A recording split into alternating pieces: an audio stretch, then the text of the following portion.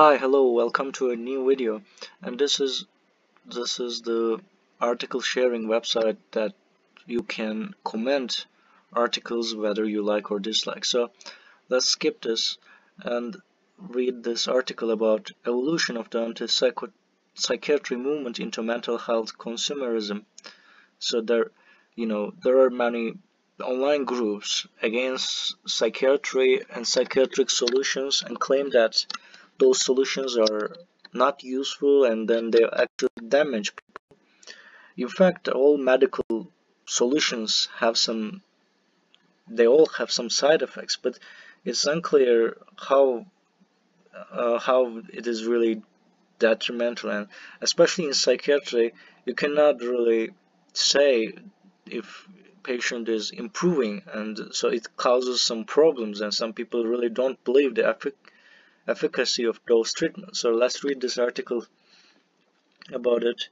And I personally believe radical anti-psychiatry is quite detrimental because um, just because of the antipsychotics. So many patients don't have to be hospitalized, and with the help of antidepressants, people can go to works, and it really very efficient. You cannot just deny that. I also agree that they prescribe antidepressants just prescribing like a market product, and it's also not very rational all the time. And anyway, let's read this article. Radical anti-psychiatry in the past 4 decades has changed from an influential international movement dominated by intellectual psychiatrists to an ex-patient consumerist coalition fighting against pharmacological treatment, coercive hospitalizations, and other authoritarian psychiatric practices. This open forum article explores the history of the anti-psychiatry movement and attempts to define how the movement has evolved. So the anti-psychiatry movement can be traced to the early 1950s when deep divisions were developing between biological and psychoanalytic psychiatrists. Psychoanalytic psychiatry, which had exerted unchallenged control of the profession for decades, endorsed treatment that was subjective and dynamic and that involved protracted psychotherapy, and it was being challenged by biological psychiatry, which claimed that psychoanalysis was unscientific, costly, and ineffective. I think the problem is not about its scientific nature. It can be scientific, but there is no one really inspecting that.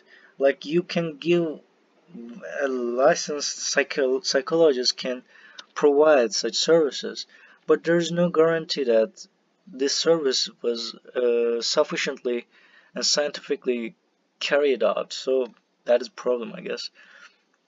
Conversely, an outcry was mounting against psychiatry's practice of compulsory admission of mental patients to state institutions where they were coerced into taking high doses of neuroleptic drugs and undergoing convulsive and psychosurgical procedures.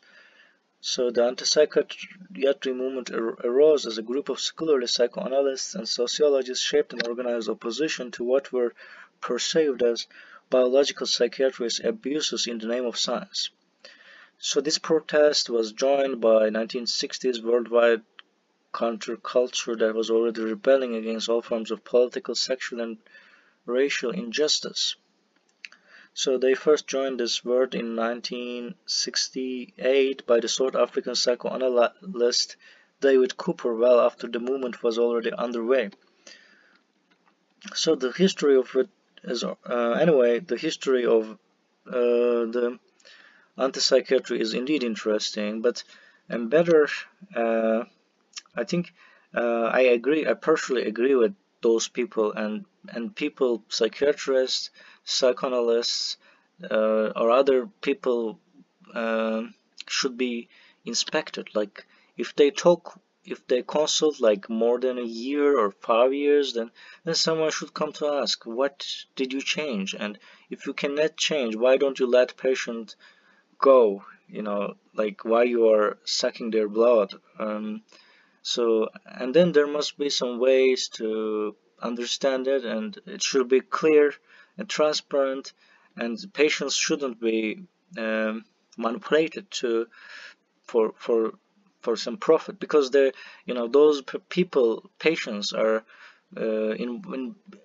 they're quite manipulatable. If they have depression, they trust you and they come to you, they ask advice from you as you're their supervisor, and then if they and they're so that's why that is quite important uh, to develop some systems to check if they're doing their job well, and then maybe anti-psychiatry will people will less deny the efficient practices of psychiatry.